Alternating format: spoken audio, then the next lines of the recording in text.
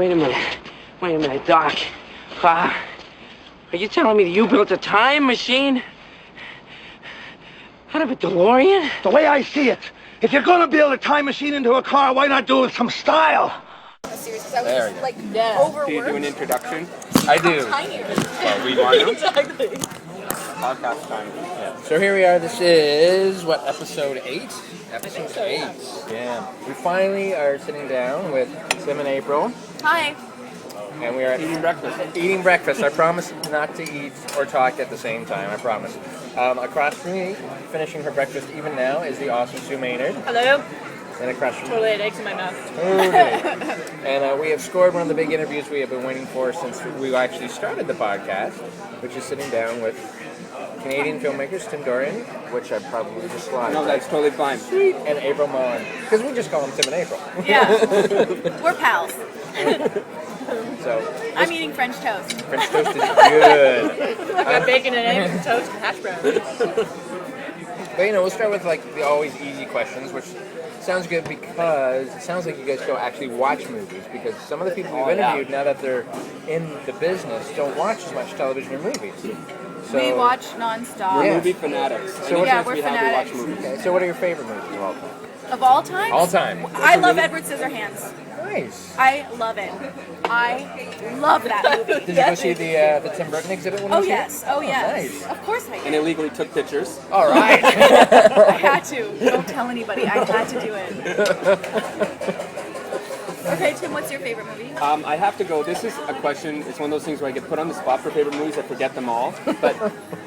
But basically a movie that really defined who I am as a person is Back to the Future. That movie is. I just started watching my copy of that again last night. Really? Yeah, I love that movie. Back to the Future. So I'd have to say overall that like affected my life the most. Back to the Future, because I was a kid. I was enthralled with that movie. Yeah. enthralled You're with the everything exact about right it. age for it to hit you. Oh man. So that has to be like the number one. That was like most Return of the important. Jedi for me. Right.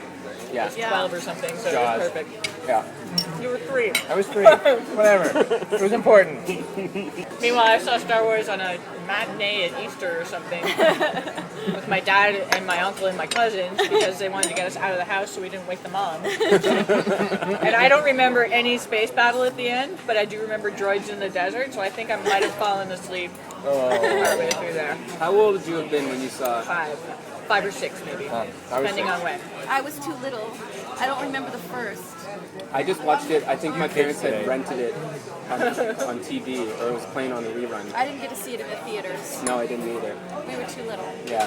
Thank you very much for that, Heartbreaking. by the way. Sorry. Thank you. Sorry. And I don't even think I saw Empire Strikes Back in the theater, but I was 12 when Return of the Jedi hit me. When did Return of the Jedi get released? 83. 83. See, yeah. Yeah, I still was too young for the theater. 2.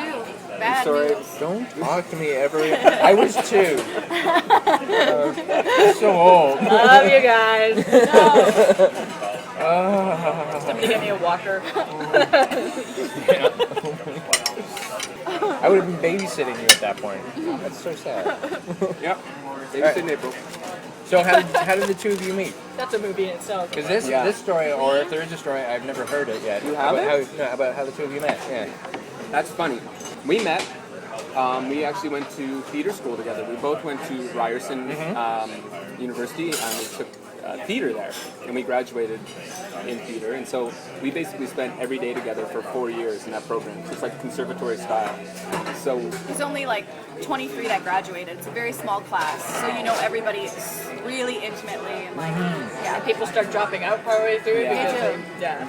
And then we realized that we enjoyed working together. I guess it would have been in third year, maybe. so Third year, we did a clown workshop where we had to do like old school clown together.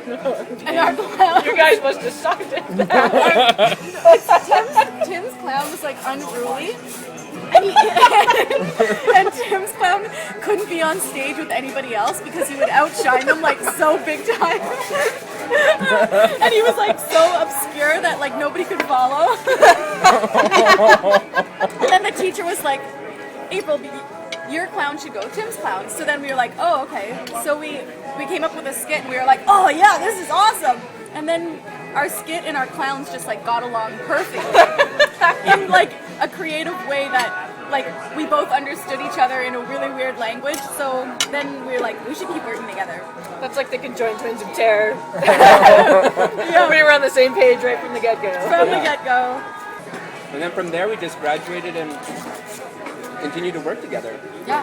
I wrote a show, a one-man show, shortly out of theater school, which April directed. Nice. And then there was a bit of a break in between, and then we sort of decided we wanted to move into the world of film, because we love film more than anything. Yeah. And rock, paper, scissors sort of started growing from there. Yeah. Yeah. Do you guys generally work that way, where you write and she directs? Yeah. If that's because it seems to be mostly the Yeah. way. Because I mean, you shared Still directing collaborative, credit but- on Rock Paper Scissors, Yes. but then you wrote Gravy Train and April directed. We sort of, here's the thing, April and I from the very beginning usually will like start just spitballing together, and we'll come up with like, we'll be like, okay, what do we want to do next? What are we interested in right now? And from there we'll develop the story. So Okay. basically from the beginning we work together. Together, Yeah. But I technically actually write the script, Right. which April's always reading over the whole time, being like, yes, Yeah. no, Of yes, course, no. yeah. And then Yeah. April technically directs the projects, but still on set. Like, Like his opinion, You you still know. have the 3D glasses Yeah. on. Yeah. Yeah, exactly. but it's Basically, actually, we're like really just hands-on producers, I guess. That we, from the get-go, we work together on the project, and we see it through till the end. Like Tim's in the editing room still, and all of that stuff. we're actually lucky though, which it works. It just works out. Our skill sets are really compatible as well when it comes to like writing versus directing and that sort of thing. Yeah. So it works really well. They're like, I want to write now. Yeah. I want to. Am I in trouble? Wait a minute, am I in trouble? I'm eating my cantaloupe with my hands. Am I in trouble? I ate my I bacon tried to with use my a knife, but it didn't work. I saw that. I was like, she is working really hard, right? I have to pick this up. It's better. Okay, now Tim is from Fredericton, just like me, so chances are we were born in the very same hospital, I think so. which is very awesome. And you grew up in New Brunswick then? Mm-hmm. Okay, so when did you get bit by the acting bug? Be spiritual hospital buddies. Okay, as I eat my toast. It's funny, I actually grew up with more of a science sports type of background, and all through high school I was into more like chemistry and math and playing sports. But it was in high school I sort of started discovering like these productions there. I thought it was pretty fun. Mm-hmm. So I sort of got involved in one in grade, I think it was 11 was my first one, and I said, this is pretty darn fun. So I went through high school and never really got too serious in it. I remember I went to my guidance counselor at grade 12, and I was like, she's like, what do you want to do? You have really great marks in science and that sort of thing. And I was like, I was thinking, what about maybe being an actor? She's like, forget about it. You'll never be an actor. That's a horrible idea. Actors never make it. And I said, okay. Thanks for your guidance.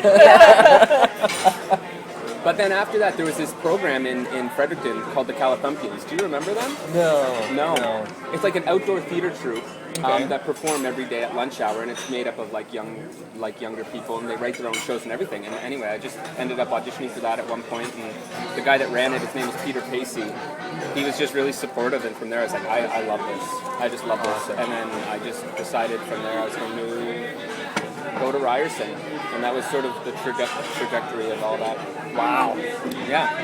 And April grew up in Niagara Falls. Yes. You know, Way down in Canada's Niagara. playground, I guess? I don't Yeah. know, yeah. So, It is now. yeah. I grew up in a garden center. I worked my butt off. Our family garden center, yeah. When did I start? So when did you know that you wanted to be an actor? At like 2 years old. we would in our family parties, we would put shows on, and the cousins go all over the place, and these big productions with tickets and everything, and so from the get-go. And then it was weird because nobody in my family is from the industry or does any of that, so my mom said, I'll always remember when you're like, I don't know if I was like around 9 years old, I came home like, Mom, I want to take acting classes and this is where I want to go. And she was like, who are you? And then, and then I just And then, my first, I guess, I can remember my first official performance on stage was Alice in Wonderland at the Mayor's Picnic. That's my first, And also, if I could just throw this in there, from the very beginning as well, I think April had the sort of directing / producing bug in her, because if you talk about these family shows she's talking about, she says everybody was involved in. No, April organized the whole thing, gave everyone their position, told them what they were doing, directed the show, and then sold the tickets herself and got her parents to come in. So, no, I don't think everybody was. everybody loved it. Everybody loved it, but That I April was, believe. You should have seen the costumes. which April Costumes built. were amazing. Oh man. Just to That's wild. clarify. Yeah, Just to clarify. the Christmas shows were very elaborate. Very cool. Yeah. And now, as we mentioned, you guys both went to Ryerson. Yep. But then April skipped over to the pond. I To did. the, I have it written down here. UK? Yeah, the Royal Welsh College of Drama. Did. That was in third year university. I went on exchange and I went to the UK for 6 months. It was amazing. Wow. It was really amazing. That was my first.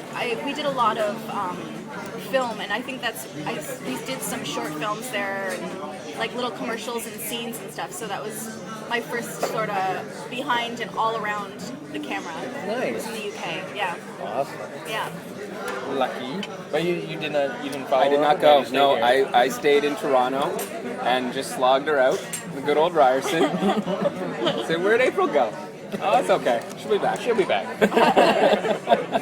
You then did, I want to say, Cave Dweller, that's it, which we have tried to find online right now and have not been Okay. able to find it. But, Yes. but It you might won be an at award. some of those old DVD stores that might still exist in the world. What are those? I don't know what those are. I think they might be. I'll bring you a copy next time. Yeah, that was a really amazing experience. That was my first lead in a feature film. And you won an award. Yeah. It was the Young Artists Award, sort of like the baby Oscars. Yes, but you have to be like young. I think you have to be 18 and It's up to like 18 younger. or something. 19. Yeah. You go in now. Yeah. What? Come on, guys. I could do it. Yeah, I got to play opposite Kevin Bacon, Aidan Quinn, and Kira Sedgwick. Yeah. So it Yeah, was it's an amazing an cast. Great incredible cast. cast. And Lisa Kolojenko, who got nominated for, best film this It past was year. best screenplay, best Best The everything. kids are all right. For The Kids Are All Right. She was our director, so it was a really great project. And I learned a lot. Like, I never left her side. I sort of stayed behind the monitors. See, I was going to say, As you I seem always like- do. Yeah, you kind of give that impression that even when you're done acting, that you'd still kind of be I don't go to the hanging around the trailer. set. Yeah, I don't really go to the trailer. I And- sort of well, watch yeah. what people do. And that way you learn I how to learned do a it. lot Yeah. on that shoot. And then I went back to Ryerson for the final year. All in a summer That was a vacation. good summer. That was a That's good insane. summer. Came back. That's wild. And then you did a episode of the American remake of Queer as Folk. Yes. Yeah. That was my first, I think that was my first official booking, like on a TV show out of theater school. Yeah, so I was really excited. See, I geeked out over that because I'm like, oh, Queer as Folk, Russell T Davies, because he did Doctor Who and then they adapted it. Yeah. So I'm like, that is a wicked geek tie-in right there. That is a Yeah. deep tie-in. My role was really, I think my character name was actually just student number three. Yes. And it was just classroom scene, like a university classroom scene, and they were having a debate of some kind, and I was scattered in amongst the other students in the classroom, and I was talking about something. I don't even remember what it was anymore. Anyway, that was pretty funny.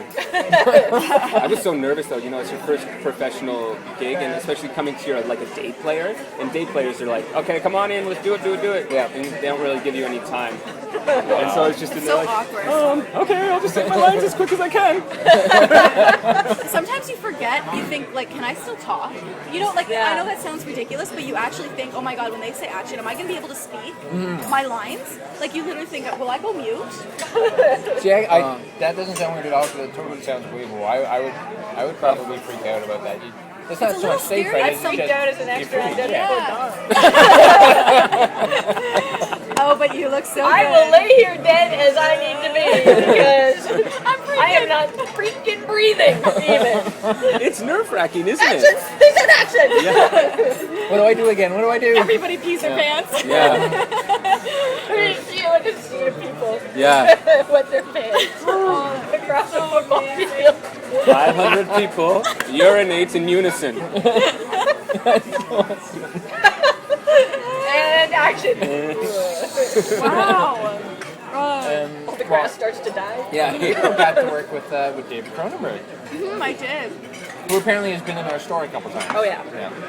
So. David is the sweetest. He's so just intelligent. He's a genius, really. He is. Yeah. I very much look up to him. And we that's saw because him. he's Polish. We saw him. I'll tell you a funny inside scoop. Oh, I When like we were this. at Urban, Okay. we were at Urban Post. That's our sound design place. Yep. We were there, and we walked in, and we pulled in next to David, and there he is in his like incredible. I think it was a Porsche, silver Porsche, which matched his hair perfectly. He looked incredible.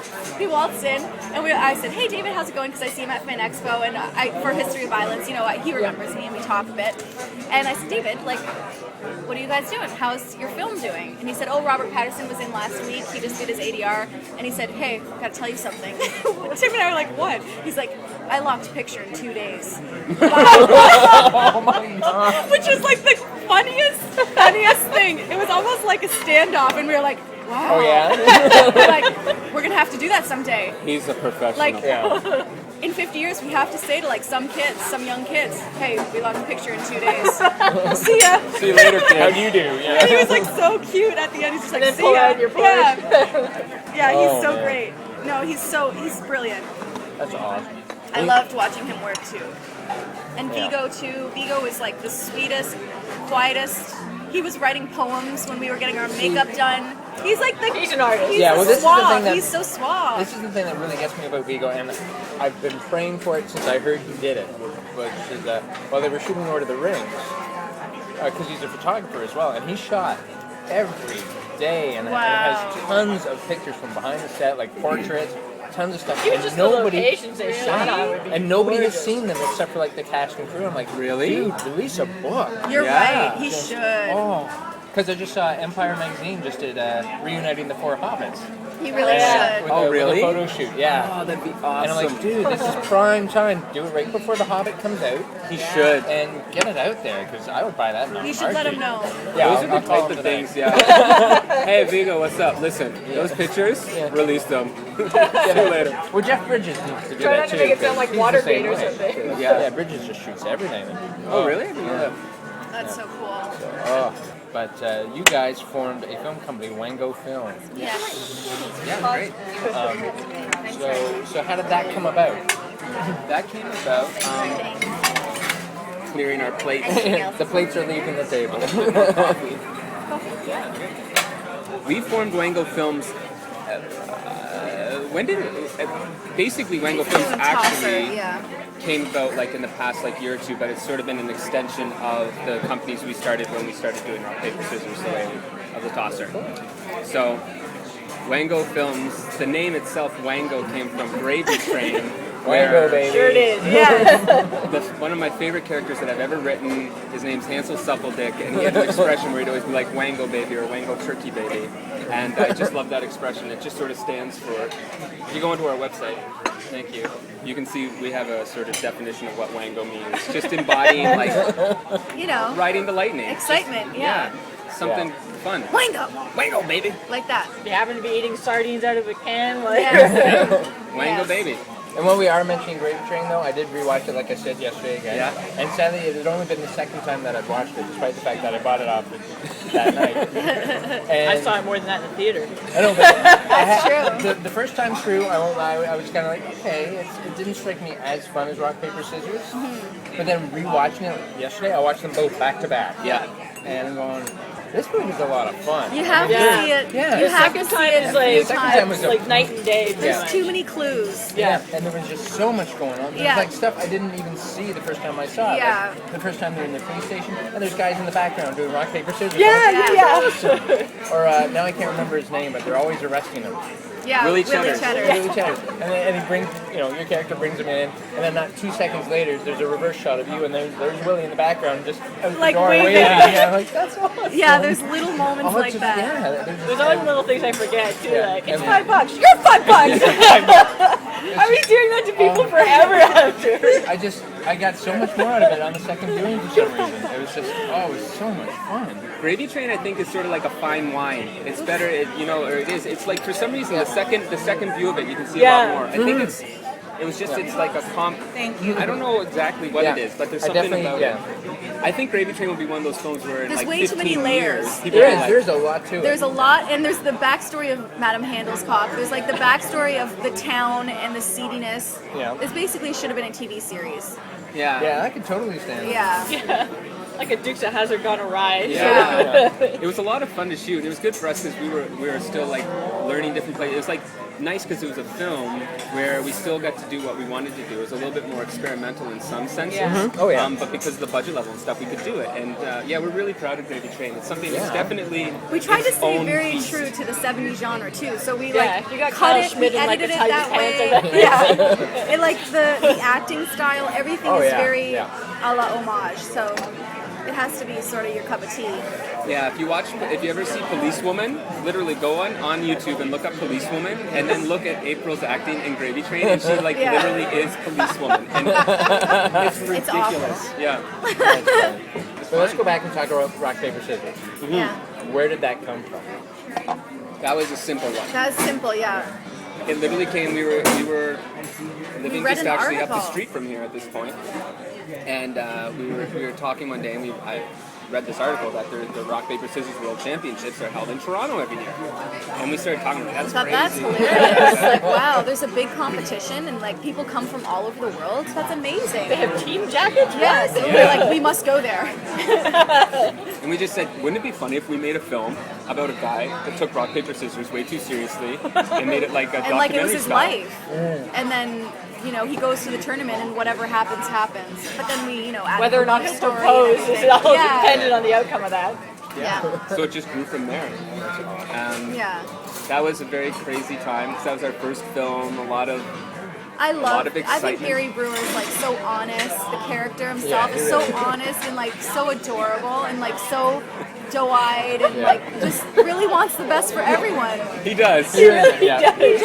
does. He tries reminds me hard. of a Cat Flynn. He's very sincere. Yeah, He he's so wants everyone to be sincere. happy and like, So sincere. It's awesome. wait a minute, am I in trouble? Yeah. Wait a minute. Yeah, Gary Brewer would say that. Wait a minute, am I in trouble? Yeah. Yeah. Right now, I remember this story from Fan Expo after the Gravy Train screening. I wondered if we could get, well, it's not even the story so much as the whole fact that Tim's hair apparently does not need gel to hold. Yes. Yeah. That's true. That's true. His hair can When- just go straight up. Yeah. Yeah, which we did at that Fan We Expo. did. We have Yeah. pictures. We have to prove pictures it. of that. There should be a It looks picture of good that up. should be posted with this podcast. I will make to sure prove. that happens. Yeah. But what happened is we noticed because when we were touring with Rock Paper Scissors, Gary Brewer used to have hair that's like sort of kinda, really slicked down, but then had an alfalfa in the back. Yeah. Yeah. But then we did this crazy out of the box tour. I'm talking like at the microphone. We did this crazy out of the box tour with Tosser, where it was just April and I traveling the country, and it was like we were pretty tired. So By the end of the tour, Oh. it's like radio, breakfast TV, and all that started at like 4 sometimes. Yeah. And then we were in the university doing rock, paper, scissors tournaments till like 2 because this is university Oh my life. God. So we barely slept. And so the end, where were we? In Vancouver? yeah, it started in Vancouver, and it just turned into, instead of like doing my hair, it just turned into waking up and taking my hands and like rubbing them as hard as I could through And my just, hair, like, and then my straight hair up. would just stick straight up. So some breakfast TV, he just looked like he had been electrocuted. like literally he looked like Beeper or something, or Anima. It's like he stuck his finger into the socket and it's just like, and then he was ready to go. Hi. How I'm you Gary doing? Brewer. Yeah. You're right. And it did change his voice. It did. Oh my gosh. Pretty good. But yeah, my hair will stick straight up. That's just wild. Yeah. I mean, I'd it's love not. to see you in space. Just see what happens. See what would happen. Yeah. It actually starts to form shapes and stuff, little messages to people. Talks to you. The Flight of the Conchords where they have that hair gel, it kills me. I love that episode. That is an amazing episode. That's Oh, a good show. it is. And of course, Brett wrote the music for all the new Muppet movies. Yes, Oh, I saw didn't his name. I was like, know that's that. He amazing. wrote the songs for it, yeah. Oh, There's a couple the songs- Muppet, Am I a Man or a Muppet is That was so very funny. exciting. Yeah. Of course, that makes so much sense now. Yeah, there's a couple times I've Muppet heard the of a soundtrack Man. and I'm like, it totally sounds like a Concords kind of It thing. does. too. Yeah. But in a good way. In a too. great way. Yeah, 'cause they're awesome. We were just talking about it with the tour with Rock, Paper, Scissors. What is it like to get like a Canadian film made and then tour it internationally? Because you guys Yeah. went across Yeah. the We went pond with everywhere. it. Yeah, you went everywhere, yeah. We were talking about that today, how much fun it was to be in Bristol and Nottingham with rock, paper, scissors. Like the UK. And like our tutu and our short shorts, like all over the place.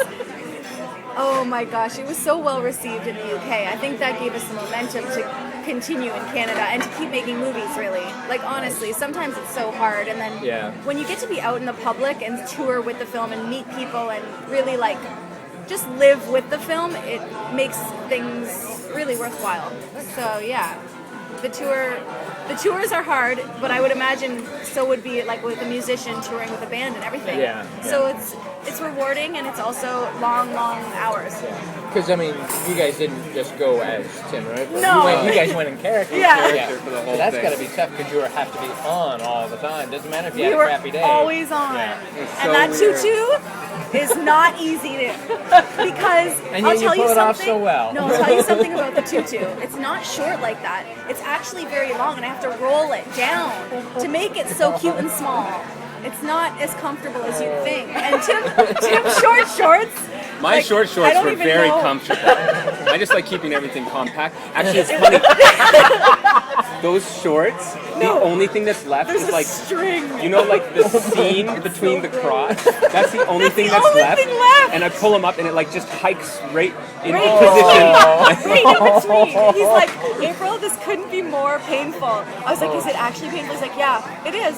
I'm just sitting here for 17 hours with this What? seam in my Up your inexplicable. buttocks. Yeah. Yeah. It was awesome. It's great though. I love those shorts. They were short shorts. It's like a security blanket for a little kid. You just want to let go. Yeah.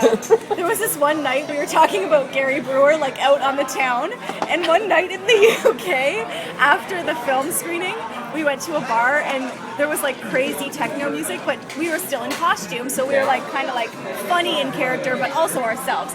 But Gary Brewer decided to do like a rock paper scissors dance. Like it was. I have footage of it somewhere in my life. I don't know where, but It was really so awesome. funny. Oh, man. He started tossing all over the place, and everybody in the place started trying to mimic what he was doing. It was like literally. It's Camp By Below. Yeah, it was like literally caught on, and everybody was tossing and doing rock paper scissors all over the place. Which then we were like, we have to do that music video, which we did after the film. Yeah. Because we were like, Gary's so funny when he's dancing. Because he's not a very good dancer, but he just goes for it. Yeah, so much Full heart. confidence. So much confidence. Yeah. That's Yeah. funny. You were tossing like break dancing, spinning on the floor, doing man. like Oh, scissor yeah. tosses. Like it was crazy. Yeah. Tossers And I on can tour. totally see it too. Yeah. Gary Brewer all the way. Yeah, and that was the other thing that had me laughing. Oh, despite the fact that I knew it was coming, you know, I've seen Tosca now a couple times, at least 3 or 4 at this point, which is probably nowhere near as much as Sue. What, am I in trouble? But every time that happens though, every time you start talking about, yeah, you know, we blindfolded little Sally, is it? Little, Yeah. and Yeah. Stacy. Stacy, yeah. Little Stacy, yeah, and Holly talking about, yeah, and I'd come around and there's Gary just tossing right in her face. I'm like, oh my god, It's so just wrong. yeah. Anything else? We're okay. All done? Unless you want I need some drink. Can I have another Coke and another water, please? Another Coke and a smile. But oh, it's just oh my yeah, God, that I'm running movie. It stands up. It really does. I mean, It's sort of timeless in a lot of ways. it does. Yeah. Because I think I'm not gonna watch it like every month, but No. I can definitely see revisiting it like once Yeah. a year, especially if I hear they're going to Fan Expo, time to watch those movies again. Just get And Tim's uncle running out of him in the bush. running back. That's That's priceless. never getting He's old. gonna be in your face, and he's gonna. That's priceless. I love that scene. When he's in the bush, he's actually like laughing and then he cleans his glasses. It's like the funniest thing ever. It's so funny. Because I was watching when he ran back to the. Yeah. Yeah. And you just kind of see. You don't see him and before, look at you're him. watching He's like sort of hiding. Yeah. And he gets down just a little lower. I'm like, that's just so awesome. Thank you very much. I think Tosser I think the thing that's great about Tosser is that it was like it was our first film, and there's a lot of innocence in it and heart, and I think that just comes through. Yeah, even there's though, a you lot know, of it's like- magic. Yeah, a lot of magic in and there. technically, it's not like technically correct in all areas, or I don't know what you No, want to but- call it, but Yeah. it's It that has innocence. magic, yeah. There's heart, and like you said, there's innocence, which sounds. Yeah, it's nice. The that way. Rocky League training montage. Oh my god, that was so funny. That was fun to shoot that day. That was fun. It was Baxter cold. Pound eating all those hot dogs. He was sick at the end of that day. Yeah, if you in the film at the very end, his last bite of the hot dog, he literally gags. In the movie, he actually gags. He goes for it and he can't do Oh, yeah, it, and that he scene where puts he's it on like, the "Oh." tree Yeah. because he can't. He just can't eat another one. It's like Wow. his third Polish sausage. Maybe fifth or sixth. I don't know. And some of your physical comedy, where like in the montage sequence where you're running up the stairs yeah. and then you fall. You're like, oh, that just looks uncomfortable. And then you get up like ass first, and you're like, Yep. that just looks so uncomfortable. Doing the splits. You guys are ready there? Oh, that's evil. Those are- no, What? No. you did it last time. Uh-oh. Yeah. Are we in trouble? Yeah.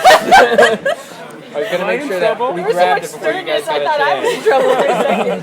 But we're not going anywhere yet. No, so we're too not bad, done. everybody. And that wraps up the first half of our interview with Tim and April. We're going to go back and revisit the rest of that interview when we get a little closer to the release date for their upcoming film, Dead Before Dawn 3D. Make sure you check them out on Facebook and Twitter. And, of course, they've got an official site for Dead Before Dawn as well, so take a look at that. And come on back for the rest of the interview. Thanks. Okay. Time circuit's on. Flux capacitor. Fluxing. Engine running. All right.